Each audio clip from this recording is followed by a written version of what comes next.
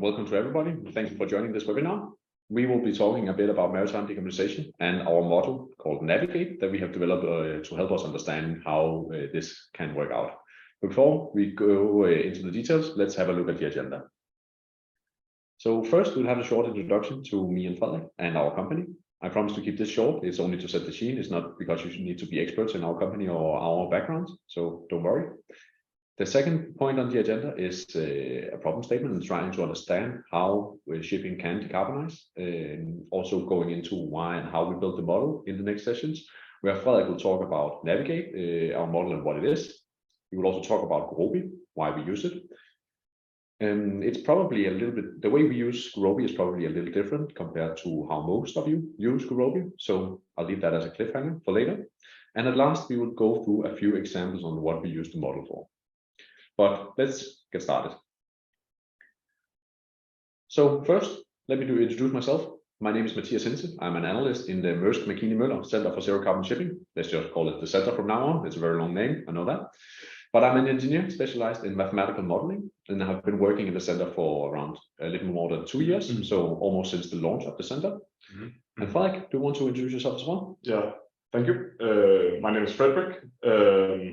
I, funnily enough, work in the same very long name company as Mathias. I have a background in applied mathematics and petroleum engineering. I have about 5 years experience, 1.5 of them in the center. Yes, thank you, Frederik.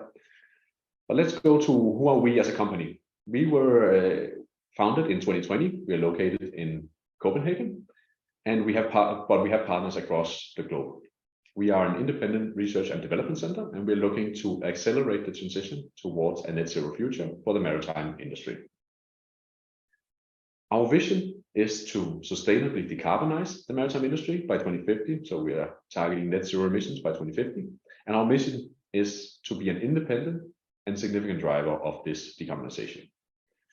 We try to do that through our approach, which is based on 3 key main principles. First is that we are a not-for-profit company, meaning that all the money that we either earn ourselves or it gets donated to us, we use in pursuing our mission. We're also independent. We ensure collaboration across even competitors because we operate in a pre-competitive environment, bringing together key players from across the value chain. We are also science-based. That's where we enter the picture in our department. We're trying to be founded in data and research and use that to generating our insights. Now I mentioned this about we have partners, and I'm not going to go through all of them, but just to note that we have more than 35 of the largest companies within the shipping value chain as our partners. I think one of the key areas to highlight here is that you will see that it's some of the biggest competitors. So you have multiple of the largest shipping companies, you have multiple of the largest energy companies, but they can actually work together as part of our center. And I think that's very cool. So I hope this is enough context for us for the remainder of the presentation of where we are working and who we are. But I will also try to dive into the problem that is decarbonization of shipping, just to set the scene for understanding it before Frederik will talk about the specific modeling. Again, I'll try to keep it short. So first, let's talk a bit about the scale of this problem. It's a massive scale. We have around 100,000 vessels in operation globally. The lifetime of these vessels are often more than 25 years. So of course, it's an industry where it takes a long time to change. We are currently in the shipping industry using around 300 million tons of fuel oil per year. That's around 3 to 4% of the global fossil fuel consumption in general. And it's also shipping is also responsible for around 3% of the global greenhouse gas emissions. And that's roughly the same size as the aviation industry, just for scale. A fourth element about shipping is also that it's deemed a hard-to-abate sector, meaning that it's a sector that is hard to use direct electrification. It has long lead times, etc. But that it's hard to abate doesn't mean that we shouldn't abate and that we shouldn't try to decarbonize.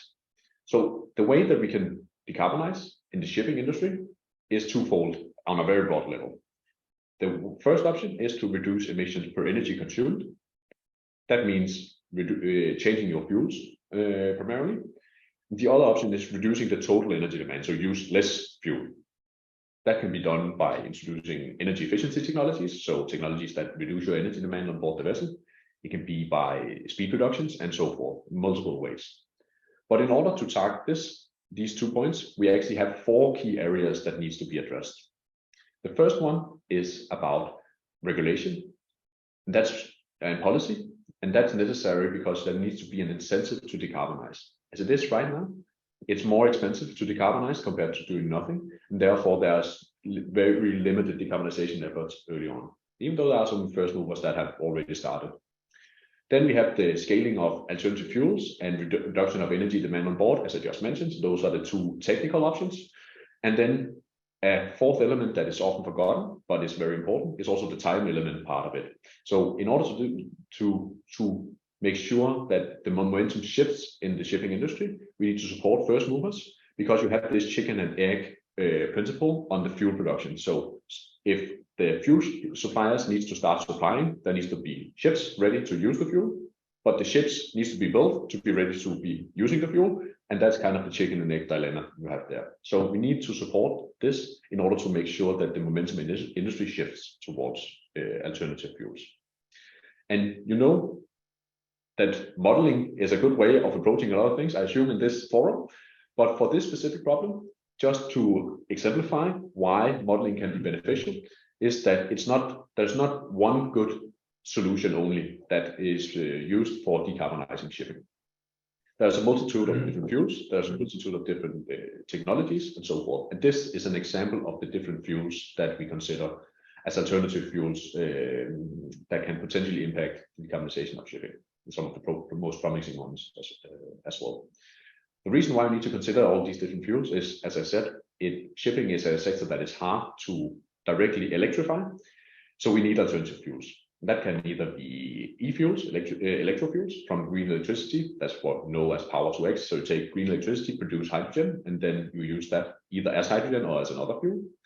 You can also make alternative fuels from fossil fuels, where you do carbon capture. So you catch the carbon, store it in the ground, and then you use the remaining as the fuel, or you can use biofuels.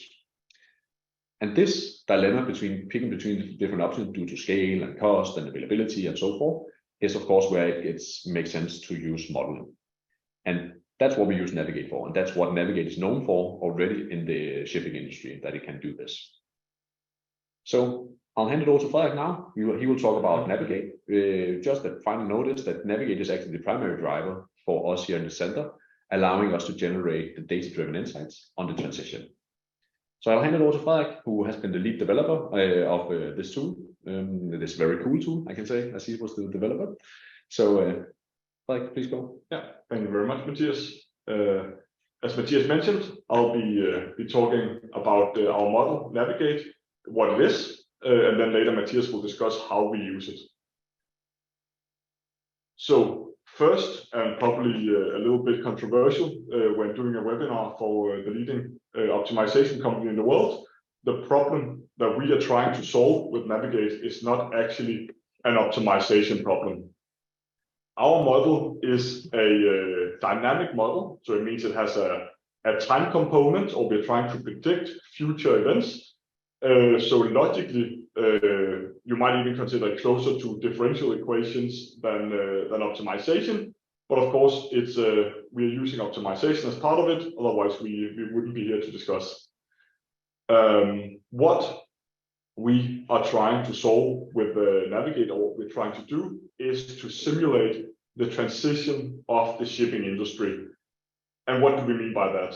Well, essentially, a transition is a collection of decisions that various players make. If everyone chooses to make slightly different decisions all the time, you move the needle towards or towards a new state of being in the industry. So what we're trying to model, very simply put, is the decisions that lead to different costs, but also different emissions for the shipping industry. And what we are trying to answer is what we call what-if scenarios. So if we establish with the model a baseline, so if you assume business as usual, there's nothing that's changing, what trajectory can we expect the shipping industry to be on? and then we introduce some sort of permutation to that model. That could, for instance, be the Inflation Reduction Act in the US, how subsidizing alternative fuels might lead to different trajectories. It could be what happens if we introduce a global CO2 tax in the industry. Or it could be something more technical. Let's say that what happens if in 2030 nuclear power on board vessels suddenly become a viable solution? How might that change the cost and the emissions outlook for the industry? So this is slightly different from a pure optimization model, where you could, an example of that could be where you say we want to follow a very specific emissions path. Let's say we want to follow the Paris Agreement curve. There you put in that curve as a constraint, and then you try how do we achieve that curve as cheap as possible. That would be a classical optimization problem. Thing is, that works great when you have a single entity making decisions. So if you are a company where you theoretically have one person at the top that can make ultimate decisions, then you can do an optimization, and then you can say we are going to be doing everything that model said at every stage. However, we are trying to model an entire industry with tens of thousands of decision makers, and I guess you can all imagine that it's not everyone is going to be making the same decisions. It's not going to be optimal, an optimal transition from a cost perspective. So for a problem like ours, where we are trying to see what happens if you introduce permutations into the model, it's beneficial to have a slightly different view on it and model these decision processes. So what we do with the Navigate, or what we mean by the entire or transitioning the entire shipping industry, is that we cut across the value chain. So we go all the way from feedstock, so that could be the renewable electricity and the cost and emissions associated with producing that, how that is used to construct or synthesize different fuels, so the power to X, as Matthias mentioned. Once the X or the fuel has been produced, it needs to be moved from a production plant to a port so it can actually be put on board the ships. So there's some logistics involved. And eventually, once it's on the ship, that ship has to move somewhere. It has to sail. Sailing requires that you burn fueling in the engine, and we track the emissions and so forth that are emitted all the way from the beginning with the feedstock until it leaves the exhaust on the ship, you could say. The focus of our model is to model the entire industry and the global fleet. So we are not trying to have a model that in every individual module is the most granular module or the best model out there. So we are, for instance, not doing thermodynamic modeling for fuel production or computational fluid dynamics for the ships. The uniqueness of our model is that it is sufficiently granular in every aspect, but it integrates across the entire value chain. And as I'm sure all of you have had to explain to a colleague or a manager at some point throughout your career, is that whenever you have a model, it comes with uncertainty. So either uncertainty in the model itself or uncertainty in the input to that model. So I can't, with this model, accurately predict the cost or the price of oil and the consumption of oil 10 years from now, but I can perhaps say something qualitatively about if we have a CO2 tax of approximately some value, it's likely that electrofuels will be cheaper statistically than oil will be, and therefore providing an incentive to do a transition towards low carbon fuels. So it's the qualitative interpretation of the model where the value is derived. It's not in the quantitative output itself.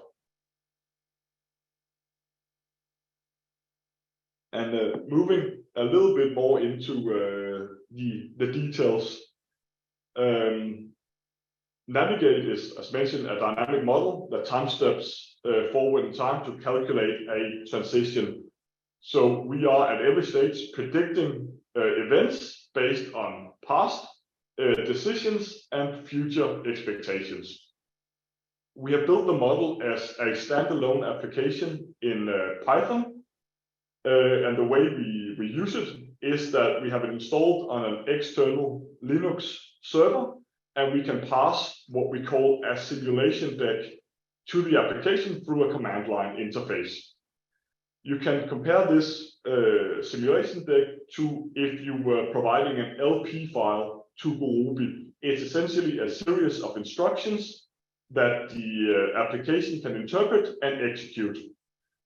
So instead of an LP file for Navigate, we've just invented a language, you can say, which are the instructions to our application. So once the application has received the instructions, it will initialize the simulation, which broadly speaking means we have given some initial conditions for what the fleet or the industry as such looks like today, the number of ships, the number of fuel plants, what fuel is currently being used, and so on, to sort of establish a baseline for the simulation or the initial state, you could say. Then we start time stepping forward in time sequentially. So we run the model from currently it would be from 2023 until 2050 in yearly increments at every time, calculating decisions and the state of the transition and in that year. That is continuously done until we reach the last date that we have defined. And then there's a bit of post-processing of simulation results to derive other interesting results that are not strictly part of the calculation, but good for analysis of the output. And then we export everything either as graphs or Excel files for Matthias and the others in my team to analyze and derive insights from. The time-stepping part of the model is where the bulk of the simulation is spent, and it's approximately 90 to 95% of the calculations. And it's of course also the part where we use Gurobi the most. So I've at a high level tried to show a little bit what we do for a time step, but essentially we start out with calculating the amount of fuel that is available. So we know today that there's very little alternative fuel production available compared to fossil fuels, but we are hoping that that will ramp up over time, and we are trying to predict how that ramp up looks like based on decisions by fuel producers. Then for every individual ship in the fleet, we sort of do a nested time stepping, you could say, or a look ahead into the future of what are the expected fuel expenses for the ship given the current outlook of technology and so forth. Once we have the cost, you could say, of the expected costs, we can calculate different business cases to say whether it makes sense to install some of those technologies Matthias mentioned to reduce the energy demand of the vessels. Then we evolve the fleet, as we call it, but essentially that means that we are scrapping or decommissioning old vessels and introducing new vessels which potentially will have a new and modern technology on them that helps in the transition. And then eventually the biggest part, or what is typically our most interesting output, is how we do the fuel selection. So for every time step, we calculate what we expect the entirety of the shipping industry will use as fuels, or the combination of fuels they will be using in that year. And this is where Gurobi comes into play, and I'll explain that in a bit more detail. As mentioned a couple of times now, what we're really doing is we are predicting decisions. And what does that mean? Well, in our world, a decision is something we can model with a mathematical approach, an equation, if you will. And we model different kinds of decisions. So sometimes it's decisions made by different actors in the value chain. So it could be whether a fuel producer builds one plant or another type of production plant, or it could be whether a shipping company builds one type of ship or another type of ship. or it could even be different decisions by the same actor. So for a shipping company, it would be they are buying ships, but they are also buying fuel that they put on these ships. And the mathematical approach that we use for the different decision processes depends on the investment horizon. So for longer investment horizons, we use more of a probabilistic approach. We expect decisions to be more evenly shared across different players. And for short investment horizons, we expect to be more cost optimal. And of course, this is where Gurobi comes into play when we do the short investment horizon modeling. So a great analogy here would be buying a car versus filling up the tank of that car. Imagine that you have you're looking to buy a new car, and you decided roughly what car it's going to be, but you have a petrol option, a diesel option, and an electrical option. Cost, of course, is going to be a parameter in your decision making, but it's also going to be other intangible factors, such as maybe you think that the petrol is going to be hit with a taxation in a few years from now, but you don't know, but that could impact your cost picture. So, but it's sort of a risk or an intangible risk. For the diesel car, it may be that you fear that diesel is going to be banned in major cities in a couple of years because it's polluting. And for the electric car, it could be that, you know, the infrastructure is not great right now, so it's inconvenient for a few years, which is going to be annoying. So there are these intangible factors that are not related to cost that goes into decision making when it's a more long-term decision you can't just change in a week or a month's time. Then on the other side, once you make the decisions, let's say you went for the petrol car, if you pass 3 different petrol stations on your way home from work, you're going to pick the cheapest station to fill your car. Because even if you didn't like the customer service, in a week's time, when you have to fill up your car again, you'll just pick another one. There's essentially no risk involved with the decision because you can change it all the time. So you're going to be more cost optimal and pick the cheapest petrol station. And that is sort of the logic that we apply. And now finally, we get to some numbers and an example of what this looks like. So on the one side, we have a cost optimal approach. So if we imagine we are posed with a problem that has 3 different options, we could say the petrol, diesel, and electric car again. One of them costs 100 of some arbitrary monetary unit. The second option costs 101, so just slightly more.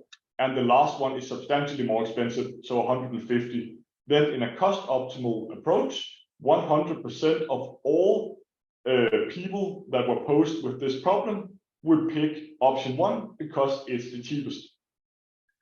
In the other side of the spectrum, where we have the probabilistic approach, it looks different. When you have 2 options that are almost the same in cost, they will all also have almost the same market share. So when you have 100 and 101, you get approximately 50 and 49, give or take. And then the third option, which is substantially more expensive than the 2 others, gets a very small market share, but not quite 0. And as you know, what might be evident to you from this example is that the cost optimal solution can be quite unstable when it comes to your input parameters. If you imagine we changed our input parameters ever so slightly so that option 2 no longer cost 101, but instead 99, then in the cost optimal approach, the solution would flip completely. So 0 would pick option 1 and 100% would pick option 2, whereas in the probabilistic one, it's much more continuous in the way it behaves, as it just changes to 49 and 50 by flipping a little bit. And then I will give an example in the model of how we do the long horizon investment and how we do the short horizon investment. So an example of a long horizon investment could be buying a new ship. As Mathias mentioned, they have a lifetime of approximately 25 years. So that is a long term to hold on to your asset. And we do this by combining 3 different techniques in the model. We have in the short term, we use actual data. There are, whenever a company does an investment decision or purchase order, They will publish that. There are companies that harvest that data, and then we can use that to sort of say for the next 3 to 4 years, we know quite detailed what type of technology will be installed in ships and in what years they will enter the fleet. So we use that data as a priori information in the simulation. Once we get past that 3 to 4 years, we have 2 other approaches, which are the first one we call inertia, which means that past or current decisions or decisions you made today are going to be influenced by your past decisions. And you can think of this as a company that has a 5-year strategy. Once you made that strategic decision to go in a certain direction, you will continue on that for a while. You won't flip-flop every 1 year or half year, but maybe in 5 years, you can change that strategy. So it has sort of long-term ramifications when you make a decision, and that lingers on. And the last one of our approaches here is the probabilistic approach I just showed you on the previous slide, which is called discrete choice model. So it's sort of different approaches coupled together to mimic a long-term investment decision, or how that decision would be taken by a broad group of actors. Now on to the short investment horizon, which of course is the most interesting one, because this is where we use optimization. So an example of a short-term horizon is the way that we select fuels, because a ship refuels a couple of times a year. So it's a relatively short investment horizon, although it's an expensive part of your operating expenditure. It's a choice you can redo many times in a year, and of course a lot of times over the lifetime of a ship. So because it's a short-term investment horizon, low risk, we expect the problem or the decision making to be near cost optimal, which is why we're using an LP to solve this problem. Another benefit of the LP, which is rather important actually, is that the decision making around the fuel comes with a lot of constraints. So there are technical constraints, such as the fact that you need to have a certain amount of energy on the ship to sail a certain distance. There's something like the tank on the ship has a certain size, so you can't have more fuel than you can hold in your tank. There are business-related constraints, such as fuel offtake agreements, meaning once you made a decision for a certain fuel, it does linger on for a while because you might find yourself in a contract. And there could be regulatory constraints, such as the country you're operating in says you have a certain cap of emissions you have to stay below. So as some of you have probably figured out from this description, what we're trying to solve is essentially an assignment problem. We have a certain amount of resources that we're trying to distribute to a lot of different actors in the business, and trying to do it in a cost optimal way. Another thing about the model, which may be different from what others often do, is that we do not discretize our LP in time, or the variables are not discretized in time.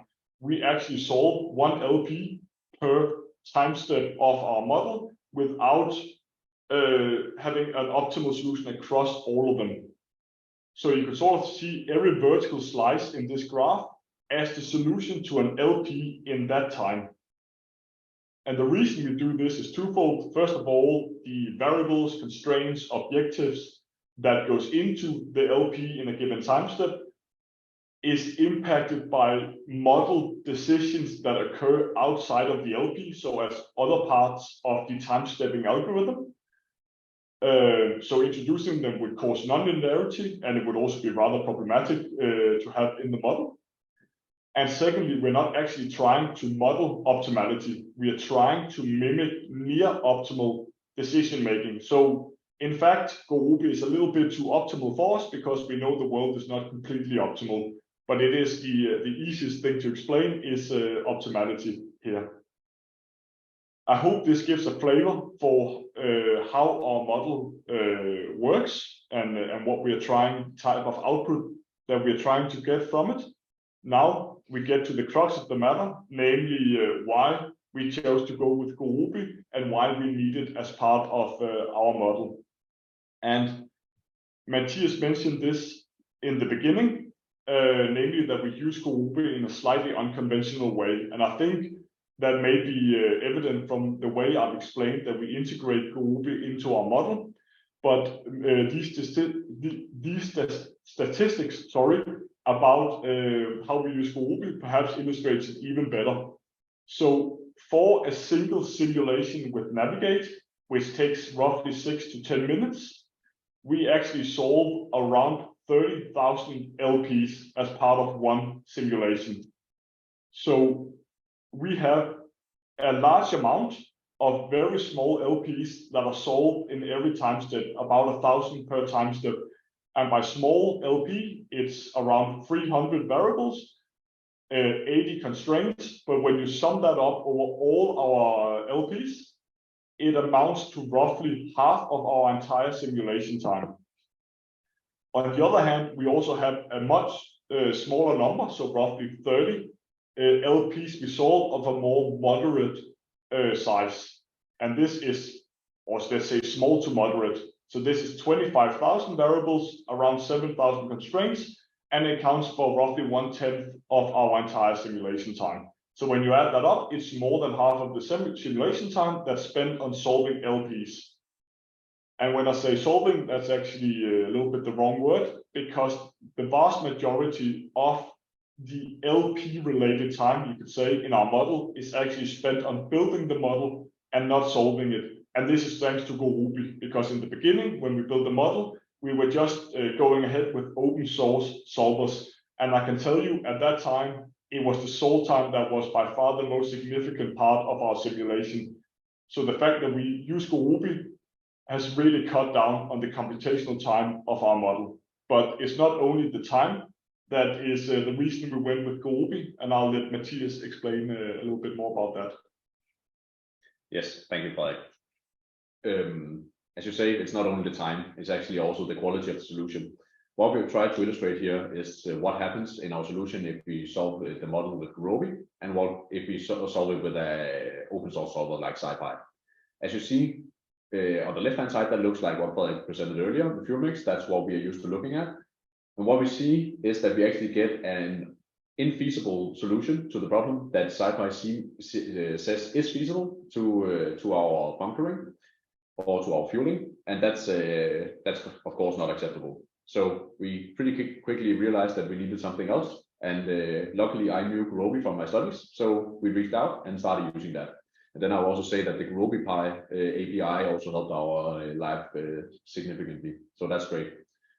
But we are running out of time here, so let's jump to the last section, where I will talk a bit about what we actually use Navigate for.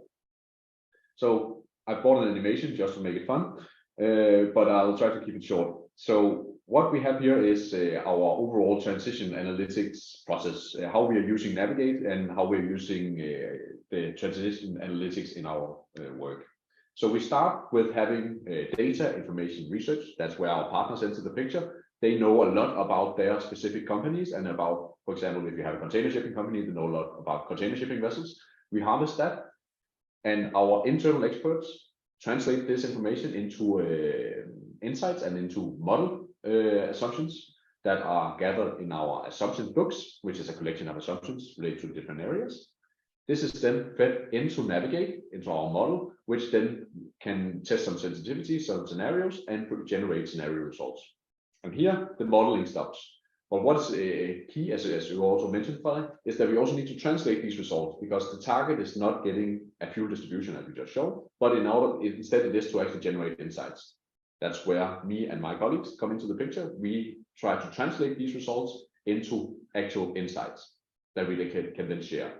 And that's also another point. We are openly sharing most of our work, and I also have a few examples of that later.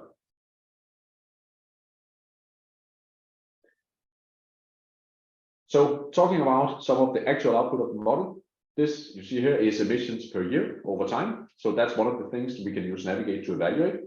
So meaning that emissions per year is on the vertical axis and time is along the horizontal axis. So what I've tried to illustrate here is that we can evaluate 3 different types of regulation. That could be such as a carbon price, emissions caps, energy efficiency requirements, and much more.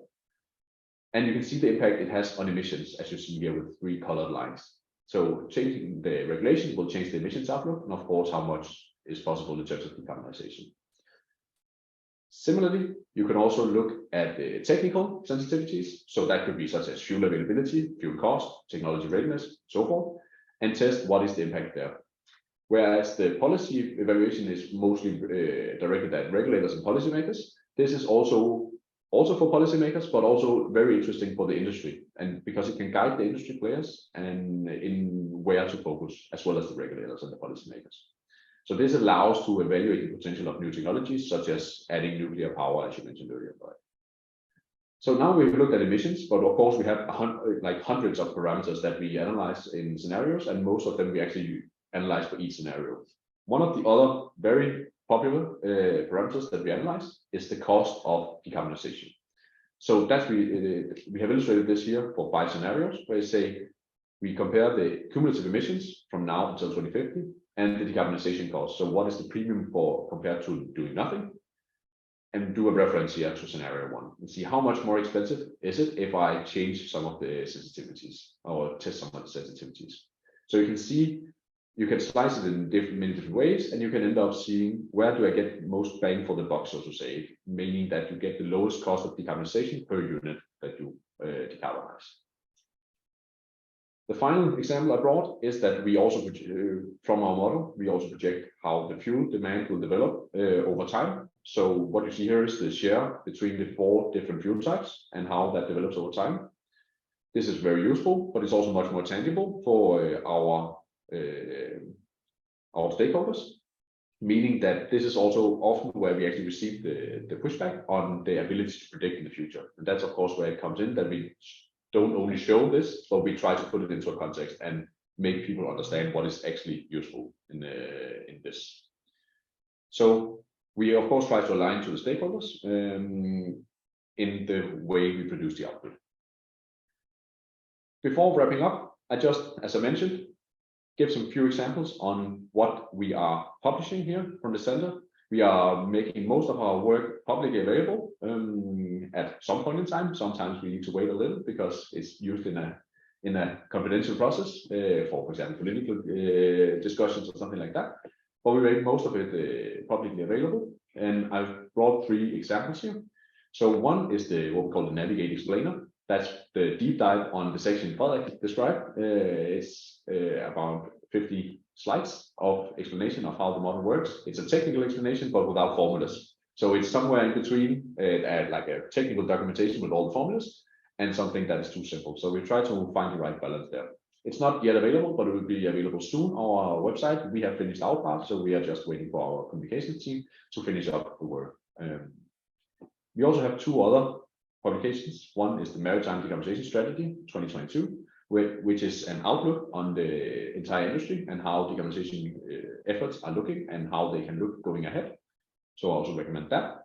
And a third example is that we have our evaluation of regulation proposed by the EU, so Fuel EU and EU ETS called, where we 1 year ago evaluated what could the impact be on shipping if this was implemented, and it's now a regulation that is implemented. So that's also interesting.